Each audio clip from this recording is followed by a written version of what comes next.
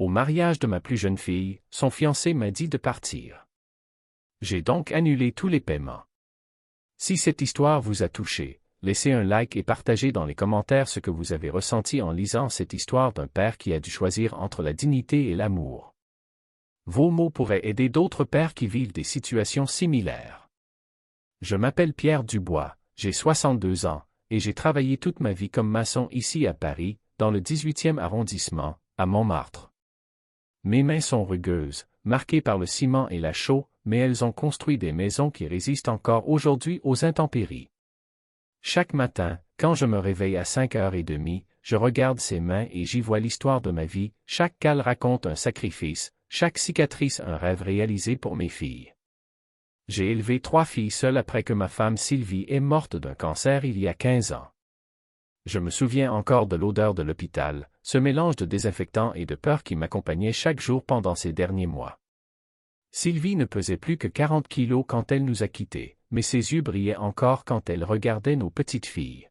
« Promets-moi, m'avait-elle chuchoté la dernière fois que nous avons parlé, promets-moi que tu les feras se sentir comme des princesses, même si nous n'avons pas de château. » Et j'ai tenu cette promesse. Isabelle, l'aînée, s'est mariée il y a 8 ans avec un brave garçon de Belleville. Céline, la cadette, il y a 5 ans avec un ingénieur qui travaille à la Défense. Les 2 mariages, je les ai organisés et payés moi-même, sans jamais rien faire peser sur personne. Je voyais le bonheur dans leurs yeux, et cela me suffisait. Mais maintenant, c'était le tour de Sophie, ma petite, la Benjamine comme disait toujours sa mère avec ce sourire doux qui me manque chaque jour. Sophie avait 24 ans et elle est épousée Antoine, un jeune homme de bonne famille qui travaillait dans une banque du 8e arrondissement, près des Champs-Élysées. Il semblait être un brave garçon, poli, toujours bien habillé, avec cette assurance que seuls peuvent avoir ceux qui ont grandi sans jamais avoir eu de problème d'argent. Il portait toujours des chemises parfaitement repassées et des chaussures cirées qui coûtaient plus que mon salaire hebdomadaire.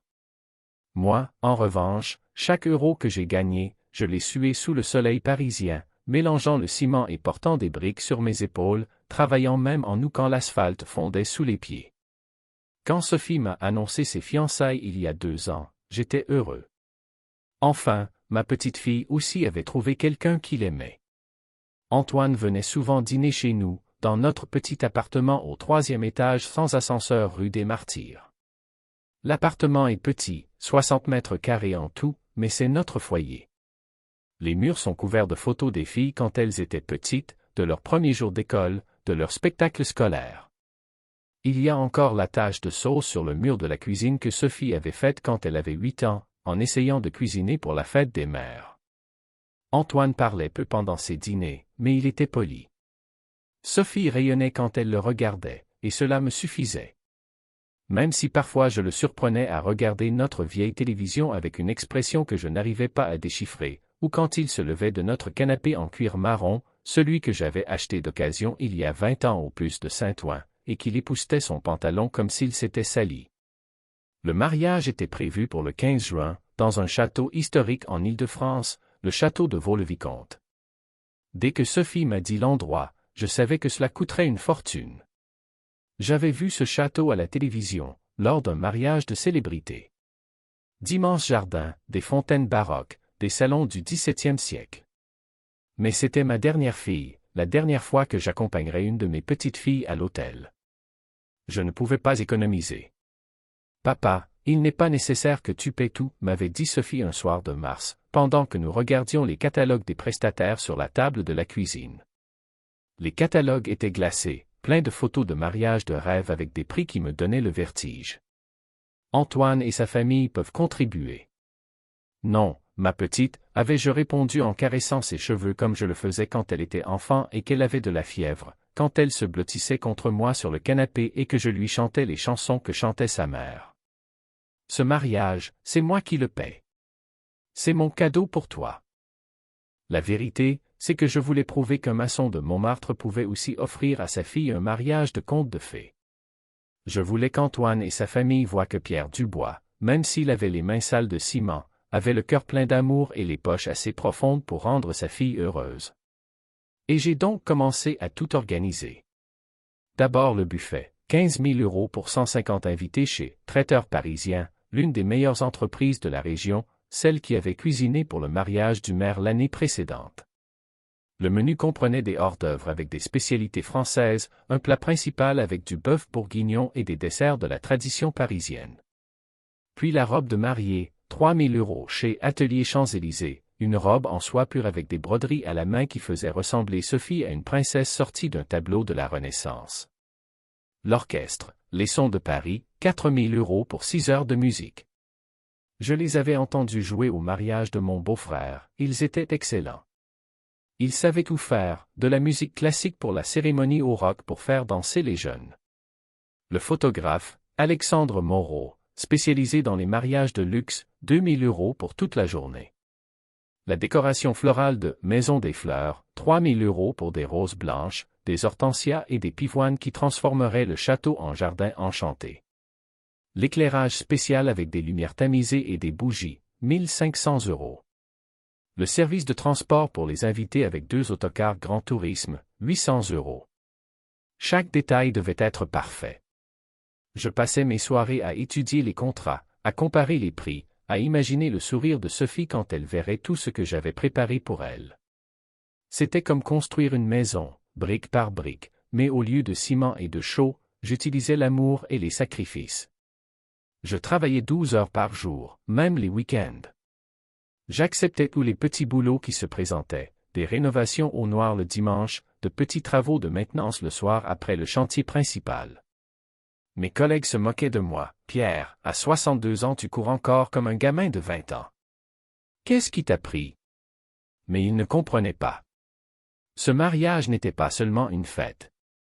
C'était ma façon de dire à Sophie que malgré tout ce que nous avions traversé, malgré la pauvreté et les difficultés, elle méritait le meilleur. Je me souviens d'un soir d'avril, en rentrant d'un travail supplémentaire à Neuilly-sur-Seine. Il était 10 heures du soir, j'étais mort de fatigue, mais je me suis arrêté devant une bijouterie rue de Rivoli. En vitrine, il y avait un collier de perles qui aurait été parfait pour Sophie. Il coûtait 2 000 €, de l'argent que je n'avais pas, mais je l'imaginais au cou de ma fille le jour du mariage. Je suis entré et j'ai demandé si je pouvais le payer en plusieurs fois. Le bijoutier, un monsieur âgé avec des lunettes, m'a regardé de mes chaussures tachées de ciment à mon visage buriné par le soleil. « C'est pour qui ?» m'a-t-il demandé. « Pour ma fille. Elle se marie en juin. » Il a souri. « J'ai une fille moi aussi. Faisons comme ça, vous me le payez en 6 fois, sans intérêt. » Cette nuit-là, en rentrant chez moi avec la petite boîte dans ma poche, j'ai senti les yeux de Sylvie qui me souriaient du ciel. Chaque soir, en rentrant du travail, je m'arrêtais devant la photo de Sylvie sur la table de nuit. C'est une photo de notre mariage, il y a 30 ans. Elle portait une robe simple, achetée en solde aux Galeries Lafayette, mais elle était la plus belle femme du monde. Mon amour, lui chuchotai-je, notre petite fille se marie. Tu devrais voir comme elle est belle dans sa robe de mariée. Tu serais si fier. Les préparatifs se déroulaient sans accroc. J'avais programmé tous les paiements via l'application de ma banque, le Crédit Lyonnais. Certains déjà versés en acompte, d'autres programmés pour être virés automatiquement le jour du mariage. Tout était sous contrôle. J'avais même ouvert un compte épargne spécial pour ce mariage, y versant chaque semaine ce que j'arrivais à mettre de côté. Au final, le total s'élevait à 27 300 €. Une fortune pour moi, mais chaque centime valait le sourire de Sophie. Une semaine avant le mariage, Antoine est venu à la maison pour discuter des derniers détails. C'était une soirée chaude de juin, les fenêtres étaient ouvertes et on entendait les bruits de Montmartre, les scooters, les voix des jeunes qui rentraient des bars, le son du funiculaire qui grinçait sur ses rails. Antoine s'est assis sur notre vieux canapé en cuir marron et a regardé autour de lui avec une expression que je n'arrivais pas à déchiffrer. Ses yeux se sont arrêtés sur les fissures du plafond, le papier peint délavé, les meubles qui avaient connu des jours meilleurs. « Pierre, m'a-t-il dit en ajustant sa cravate de soie, je voulais te remercier pour tout ce que tu fais. Je sais que ce n'est pas facile pour toi. C'est un plaisir, Antoine. Sophie, c'est ma vie. Justement, c'est de ça que je voulais te parler, a-t-il continué en baissant la voix et en regardant autour de lui comme si quelqu'un pouvait nous entendre. Le mariage va être très élégant, il y aura des gens importants. Le directeur de ma banque, quelques clients fortunés, des gens qui comptent dans mon milieu professionnel. Il a fait une pause, buvant une gorgée de l'eau que je lui avais offerte dans un de nos meilleurs verres, ceux qu'on utilisait seulement pour les occasions spéciales. Peut-être que ce serait mieux si tu restais un peu en retrait pendant la cérémonie. Rien de personnel, c'est juste que, tu comprends, non? Ton travail, ta façon de parler, ça pourrait ne pas s'adapter à l'atmosphère qu'on essaie de créer. Il n'a pas fini sa phrase, mais j'ai parfaitement compris. Mes mains de maçon, mes vêtements simples, mon accent parisien populaire, mon manque d'éducation universitaire ne s'adaptaient pas à son idée d'un mariage parfait. J'étais le père de la mariée, mais aussi un embarras à cacher. Bien sûr, ai-je répondu, sentant quelque chose de froid et d'amer dans l'estomac, comme quand j'étais enfant et que je buvais du sirop pour la toux. Comme tu veux. Antoine a souri, visiblement soulagé. Je savais que tu comprendrais. Tu es un homme raisonnable. Cette nuit-là, je n'ai pas réussi à dormir. Je suis resté éveillé à fixer le plafond, pensant aux paroles d'Antoine. J'ai repensé à tous les sacrifices que j'avais faits, à toutes les heures supplémentaires que j'avais travaillées, à tous les rêves que j'avais mis de côté pour donner à mes filles une vie meilleure. Et maintenant, le jour le plus important pour Sophie, je devais me cacher comme si j'étais une honte. Le jour du mariage est arrivé avec un soleil éclatant. Paris s'est réveillé sous un ciel bleu sans nuages, une de ces journées de juin qui font tomber amoureux du monde. Je me suis levé à 5h30, comme toujours, mais cette fois pas pour aller au chantier. Je me suis rasé soigneusement devant le miroir de la salle de bain, celui que Sylvie avait acheté au puce de Saint-Ouen et qui avait une petite fêlure dans le coin droit. J'ai mis mon seul bon costume, celui bleu marine que j'avais acheté pour le mariage d'Isabelle il y a 8 ans, et la cravate que Sylvie m'avait offerte pour notre 20e anniversaire de mariage, celle avec de petites fleurs bleues dont elle disait qu'elle faisait ressortir mes yeux. Avant de partir, j'ai pris le collier de perles que j'avais acheté pour Sophie. La petite boîte était encore parfaite, avec le nœud doré que le bijoutier avait fait avec soin. J'ai pensé à comme elle serait belle au cou de ma fille. Je suis arrivé au château à 9h. Le château de Vaux-le-Vicomte était encore plus beau que je l'avais imaginé, un palais du XVIIe siècle entouré de jardins à la française, avec des fontaines baroques et des statues de marbre qui semblaient regarder les visiteurs avec des yeux anciens. Les cyprès faisaient de l'ombre sur les allées de gravier blanc, et l'air sentait les roses et le jasmin. Les camionnettes des prestataires déchargeaient déjà tout, les fleurs, les éclairages, le matériel pour l'orchestre, les tables avec des nappes en lin blanc. En voyant tout ce que mon argent créait, j'ai ressenti un mélange de fierté et d'angoisse qui me serrait la poitrine. Sophie était radieuse. La robe de mariée lui allait parfaitement, la transformant en princesse sortie d'un conte de fées. Les broderies brillaient à la lumière du soleil, et le long voile lui donnait un air éthéré, comme si elle était un ange descendu du ciel. Quand elle m'a vu, elle s'est illuminée, courant vers moi avec la même joie que quand elle était enfant et que je rentrais du travail. Papa! Tu es magnifique! Elle m'a serré fort dans ses bras, et pendant un moment, tout le reste a disparu. Elle était de nouveau ma petite fille qui courait vers moi quand je rentrais du travail, celle qui m'attendait à la fenêtre et criait « Papa est arrivé » quand elle entendait le bruit de ma Citroën dans la cour. Toi aussi tu es magnifique, ma petite. Maman serait si fière. Je lui ai donné le collier de perles. Quand elle a ouvert la boîte, ses yeux se sont remplis de larmes. Papa, il est magnifique. Mais tu n'aurais pas dû. Je voulais que tu aies quelque chose de spécial pour aujourd'hui. Quelque chose qui te rappelle combien je t'aime. La cérémonie a commencé à 11h. J'ai accompagné Sophie à l'hôtel, essayant de ne pas penser aux paroles d'Antoine de la semaine précédente.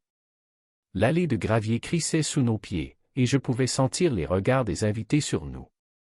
Sophie tenait mon bras fermement, comme si elle ne voulait pas me lâcher. Quand je l'ai confié à Antoine, elle m'a chuchoté « Merci, papa. Je t'aime plus que la vie. Moi aussi je t'aime, ma petite. Sois heureuse. » Après la cérémonie, l'apéritif a commencé dans les jardins. Les invités étaient élégants, habillés de costumes de créateurs et de bijoux qui brillaient au soleil. Il parlait d'investissement, de voyages dans des endroits exotiques, de maisons à la mer et à la montagne, de choses qui étaient pour moi un monde lointain.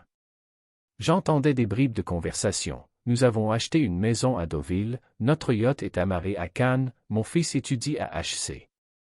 Je restais en retrait, comme Antoine l'avait suggéré, observant ma fille qui riait heureusement entourée de ses amis. Je buvais un champagne qui coûtait probablement autant que mon déjeuner d'une semaine, et j'essayais de ne pas me sentir déplacé. Mais c'était difficile. De temps en temps, un invité me regardait avec curiosité, se demandant qui était cet homme à l'allure simple au milieu de toute cette élégance. Vers 14 heures, pendant que je parlais avec mon beau-frère Antoine, le seul autre homme du peuple présent, j'ai entendu une conversation qui m'a glacé le sang. Antoine parlait avec quelques-uns de ses amis près de la fontaine centrale, pas loin de moi. Sa voix portait dans l'air chaud de l'après-midi. Franchement, j'ai hâte que tout ça soit fini, disait-il en gesticulant avec sa coupe de champagne. Le beau-père est un peu gênant, mais au moins il paie tout. Après le mariage, Sophie et moi on déménage à Lyon. Loin de tout cet environnement. Mais c'est le père de Sophie, a dit un des amis, un garçon blond avec une montre qui valait plus que ma voiture. Oui, mais tu comprends, c'est un maçon. Ce n'est pas exactement le genre de personne qu'on veut fréquenter dans notre nouveau milieu social. Sophie comprendra. Elle est intelligente, elle s'adaptera à notre monde. Et puis, une fois à Lyon, ce sera facile de limiter les contacts. Un autre ami a ri. Au moins il t'a payé un mariage de conte de fées. Regarde cet endroit. Il a dû t'économiser au moins 30 000 €. Exactement. C'est le minimum qu'il pouvait faire, après toutes ces années où Sophie a dû vivre dans ce trou à Montmartre. Les mots m'ont frappé comme des coups de poing dans l'estomac. Ce n'était pas seulement le mépris dans sa voix, c'était la froideur avec laquelle il parlait de moi, comme si j'étais un problème à résoudre, un embarras à cacher. Et surtout, la façon dont il parlait de notre maison, de l'endroit où Sophie avait grandi heureuse, où nous avions ri et pleuré ensemble, où Sylvie avait vécu ses derniers jours. Peu après, Antoine s'est approché de moi avec un sourire forcé. Son visage était légèrement rougi par le soleil et le champagne. « Pierre, tu pourrais venir un moment ?» Il m'a emmené à l'écart, loin des autres invités, vers un coin du jardin où il y avait un banc de marbre à l'ombre d'un grand tilleul. Son ton était aimable, mais ses yeux étaient froids comme la glace. « Écoute, » m'a-t-il dit en arrangeant sa cravate tout en regardant autour de lui pour s'assurer que personne ne nous entendait, « je sais que c'est difficile à entendre, mais quelques personnes se sont plaintes. Elles disent que ta présence, comment dire, fait baisser le ton de la fête. Le directeur de ma banque m'a fait comprendre que ça aurait peut-être été mieux d'organiser les choses différemment. » Il a fait une pause, buvant une gorgée de champagne. « Peut-être que ce serait mieux si tu rentrais chez toi. Pour le bien de tous. La fête va durer tard, et, eh bien, ce serait mieux pour tout le monde si tu n'étais pas là. » J'ai senti mon monde s'effondrer. Mais, c'est le mariage de ma fille. Je sais, et nous sommes reconnaissants pour tout ce que tu as fait. Mais maintenant, ce moment nous appartient à Sophie et moi. C'est notre jour, tu comprends? S'il te plaît, va-t'en. J'ai regardé vers Sophie, qui riait avec ses amis près de la fontaine. Elle portait le collier de perles que je lui avais offert, et elle rayonnait de bonheur. Elle n'avait rien entendu. Elle ne savait pas que son mari me chassait du mariage que j'avais moi-même payé. D'accord, ai-je chuchoté, sentant ma voix trembler. Antoine a souri et m'a tapé sur l'épaule, comme on fait avec un chien obéissant. Je savais que tu comprendrais. Tu es un homme raisonnable. Et merci encore pour tout. Je me suis dirigé vers la sortie, sentant les regards de quelques invités sur moi. Personne n'a rien dit. Personne n'a demandé pourquoi le père de la mariée partait au milieu de la fête. Je suis passé devant la table des cadeaux, où il y avait une photo de Sophie enfant que j'avais apportée en souvenir pour les invités. Sur la photo, elle avait 6 ans et m'embrassait après que je lui ai construit une cabane dans l'arbre de la cour. Arrivé à ma vieille Peugeot 206, je me suis assis au volant et je suis resté immobile quelques minutes. Mes mains tremblaient légèrement, et je sentais une boule dans la gorge qui m'empêchait de respirer normalement. Puis j'ai pris mon téléphone et j'ai ouvert l'application du Crédit Lyonnais. Avec des doigts tremblants, j'ai commencé à annuler tous les paiements programmés pour ce jour. Buffet, traiteur parisien, 15 000 €, annulé. Orchestre, Les Sons de Paris, 4 000 €, annulé. Service photo, Alexandre Moreau, 2 000 €, annulé. Décoration florale, Maison des Fleurs, 3 000 €, annulé. Éclairage spécial, lumière et atmosphère, 1 500 €, annulé. Service de transport, Autocar Île-de-France, 800 €, annulé. Un par un, j'ai annulé chaque virement. 27 300 € qui n'arriveraient jamais chez les prestataires. Chaque clic était comme un coup au cœur, mais aussi comme une libération. Puis je suis rentré chez moi, j'ai enlevé mon bon costume et je me suis assis devant la photo de Sylvie en maillot de corps et pantalon de survêtement. Mon amour, lui ai-je dit, est-ce que j'ai fait ce qu'il fallait? 1 heure plus tard, mon téléphone a commencé à sonner. D'abord c'était le traiteur, Monsieur Dubois, il y a eu un problème avec le paiement. Le virement n'est pas arrivé. Nous ne pouvons pas servir le déjeuner sans le solde. Qu'est-ce qu'on fait? Je suis désolé, ai-je répondu calmement, mais le paiement a été annulé. Mais monsieur, nous avons déjà tout préparé. 150 personnes attendent. Ce n'est plus mon problème. Puis l'orchestre a appelé, Pierre, le virement n'est pas arrivé. Nous devons tout démonter si nous ne recevons pas le paiement dans l'heure. Démontez donc. Puis le photographe, le fleuriste, l'éclairagiste, tous. À chacun j'ai donné la même réponse, le paiement a été annulé. Ce n'est plus mon problème. À 16 heures, Sophie m'a appelé en pleurant. Sa voix était brisée par les larmes et le désespoir. Papa. Qu'est-ce qui se passe? Ils disent que tu n'as rien payé. Le mariage est en train de tourner au désastre. Les invités s'en vont. L'orchestre a tout démonté. Il n'y a plus rien à manger.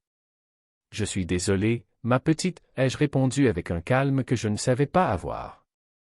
Mais Antoine m'a dit de partir. Je suis parti, et avec moi l'argent est parti aussi. Mais papa, tu ne peux pas faire ça. C'est mon mariage. Le plus beau jour de ma vie. C'était au mariage, Sophie. Mais apparemment, je n'étais pas le bienvenu. Et si je ne suis pas le bienvenu, mon argent non plus. Mais les invités, la honte, qu'est-ce que tout le monde va dire? Ils diront ce qu'ils voudront. Mais ils sauront que Pierre Dubois ne se laisse pas piétiner. J'ai raccroché et j'ai éteint le téléphone.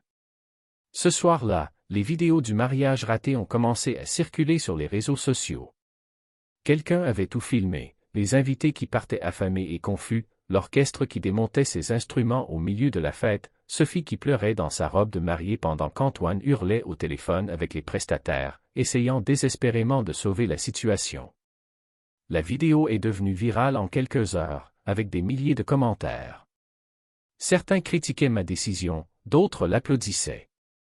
Dans les jours qui ont suivi, Sophie est venue chez moi. Elle avait les yeux rouges de larmes et le visage marqué par la fatigue. Elle ne portait plus son alliance. « Papa, pourquoi tu as fait ça? » « Parce que j'ai appris que l'amour ne peut pas être à sens unique, ma petite. J'ai tout donné pour toi, pour tes sœurs. J'ai travaillé comme un fou pour te payer ce mariage. Mais quand il a fallu me défendre, tu n'étais pas là. Je ne savais pas ce qu'Antoine avait dit. Mais quand tu as vu que je partais, tu as demandé pourquoi? Tu as essayé de m'arrêter? Tu as remarqué que ton père, celui qui avait tout organisé, partait au milieu de la fête. Sophie a baissé les yeux. Nous connaissions toutes les deux la réponse. Antoine dit que tu as été cruel. Que tu as gâché le plus beau jour de ma vie par vengeance. Le plus beau jour de ta vie, Sophie, aurait dû m'inclure aussi. Je suis ton père. J'ai élevé toi et tes sœurs tout seul après que votre mère soit morte. J'ai travaillé chaque jour, même quand j'étais malade, même quand j'étais crevé, pour vous donner tout ce que je pouvais. Et quand il a fallu être ensemble, ton mari m'a chassé comme un chien errant. Mais l'argent, papa, comment on va payer les dettes? Les prestataires nous appellent sans arrêt. Les dettes, vous les paierez. Moi j'ai payé ce que je devais payer, l'éducation, la maison, la nourriture, l'amour. Le reste n'est plus de ma responsabilité. Antoine n'est jamais venu me voir. Il a envoyé un avocat, un type élégant avec un costume cher et une mallette en cuir, pour essayer de me faire payer les dommages. Mais l'avocat est reparti quand je lui ai expliqué qu'il n'y avait aucun contrat qui m'obligeait à payer un mariage dont j'avais été exclu. Votre gendre m'a demandé de partir, ai-je dit à l'avocat. Je suis parti. Fin de l'histoire. Isabelle et Céline, mes autres filles, sont venues me voir quelques jours plus tard. Elles se sont assises sur le canapé en cuir marron, le même canapé qu'Antoine avait regardé avec mépris. « Papa, a dit Isabelle en prenant ma main, peut-être que tu as exagéré. »« Peut-être, ai-je répondu. Mais parfois, pour faire comprendre la valeur de quelque chose, il faut l'enlever. Sophie souffre beaucoup. Et Antoine aussi. Ils ont 30 000 € de dette. Moi aussi j'ai beaucoup souffert, Isabelle. Mais personne ne s'en est aperçu.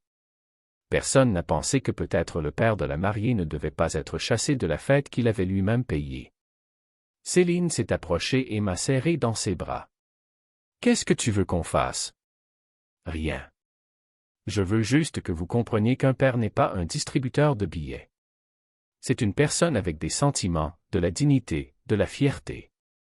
Et quand cette dignité est piétinée, même l'amour a ses limites. » Des semaines ont passé. Antoine et Sophie ont vraiment déménagé à Lyon, comme ils l'avaient dit. Ils ne m'ont même pas dit au revoir. J'ai appris par Isabelle que leur mariage traversait une crise profonde. Les dettes du mariage raté, la honte sociale, les tensions familiales minaient leur relation. Antoine reprochait à Sophie de ne pas avoir contrôlé son père, Sophie reprochait à Antoine de m'avoir chassé. Un jour de septembre, pendant que je réparais un mur sur un chantier à Belleville, j'ai vu Sophie qui m'attendait dehors. Elle avait beaucoup maigri, elle avait des cernes profondes et les cheveux ternes. Elle ne ressemblait plus à la princesse radieuse du jour du mariage. « Papa, m'a-t-elle dit, on peut parler. » Nous nous sommes assis sur un banc du parc voisin. Pendant quelques minutes, aucun de nous n'a parlé. On entendait seulement les bruits de la ville, la circulation, les voix des enfants qui jouaient, le bruit d'une fontaine. « Antoine et moi on divorce, a-t-elle dit finalement. Je n'ai pas répondu. Il n'y avait rien à dire. Tu avais raison. Je ne t'ai pas défendu. Je n'ai pas demandé pourquoi tu partais. J'ai pensé qu'à moi, à mon mariage parfait, à ma fête de rêve. Et maintenant? Maintenant j'ai compris que j'ai perdu la seule personne qui m'a vraiment aimé sans rien demander en retour. J'ai perdu mon père pour un homme qui m'a abandonné au premier problème. J'ai regardé ma fille, ma petite fille qui dormait autrefois sur ma poitrine quand elle avait de la fièvre. Elle était encore belle, mais il y avait une tristesse dans ses yeux que je n'avais jamais vue auparavant. L'amour, Sophie, ce n'est pas seulement donner. C'est aussi respecter ceux qui t'aiment. C'est reconnaître les sacrifices. C'est défendre ceux qui t'ont toujours défendu. Je peux rentrer à la maison? Ta maison a toujours été ici. Mais si tu reviens, ça doit être parce que tu as vraiment compris ce que signifie la famille. Pas parce que tu as besoin d'aide. Sophie a hoché la tête en pleurant silencieusement. J'ai compris, papa. J'ai compris que tu n'étais pas seulement celui qui payait. Tu étais celui qui aimait. Tu étais celui qui se levait à 5h30 pour travailler, celui qui renonçait à tout pour nous, celui qui nous a élevés tout seul quand maman est morte. Je l'ai serré dans mes bras, sentant de nouveau le parfum de ses cheveux comme quand elle était petite. Alors bienvenue à la maison, ma petite.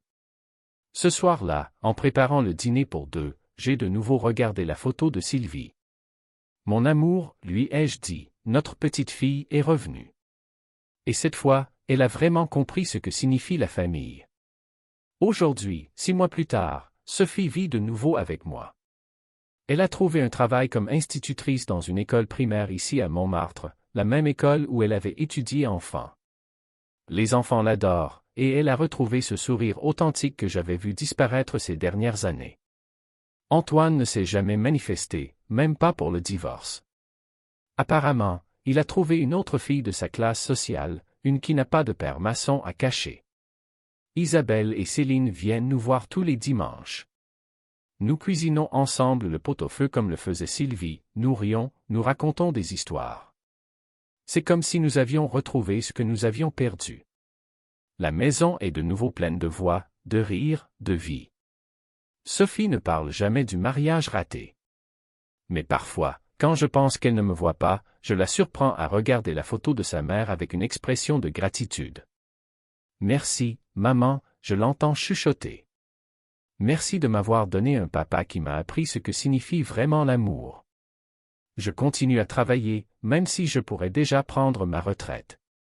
Mais le travail me plaît, ça m'occupe, ça me fait me sentir utile. Et chaque soir, quand je rentre du travail, Sophie m'attend avec le dîner prêt et un sourire qui vaut plus que tous les mariages du monde. Il y a quelques semaines, j'ai croisé par hasard un des invités du mariage raté.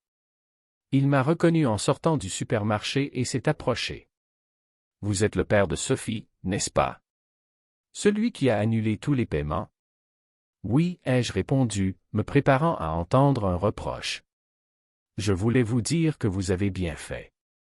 J'ai 3 enfants, et j'espère avoir votre courage si jamais je me trouve dans votre situation. » Ce qu'Antoine a fait était honteux. Ces mots m'ont fait plus plaisir que tous les remerciements. Parce qu'au final, ce que j'ai fait n'était pas de la vengeance. C'était de l'éducation. J'ai appris à ma fille, et à quiconque a vu cette histoire, que l'amour a un prix, et ce prix c'est le respect. Celui qui t'aime vraiment ne te chassera jamais.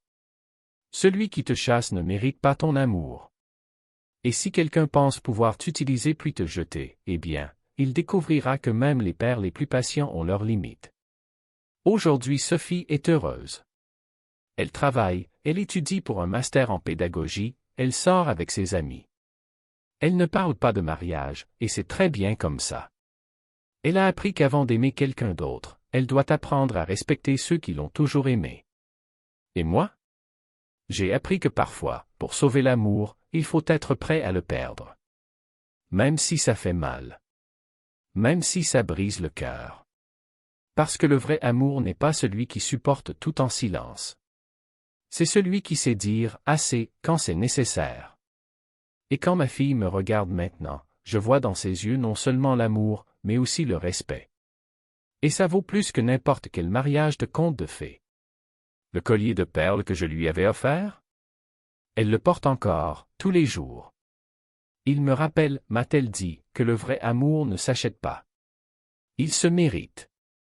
Si cette histoire vous a touché le cœur, laissez un like et racontez-nous dans les commentaires, qu'auriez-vous fait à la place de Pierre? Pensez-vous qu'un père ait le droit de défendre sa dignité, même au prix de blesser ceux qu'il aime? Vos réflexions pourraient aider d'autres parents qui vivent des situations similaires. Pour écouter la prochaine histoire, cliquez sur l'encadré à gauche.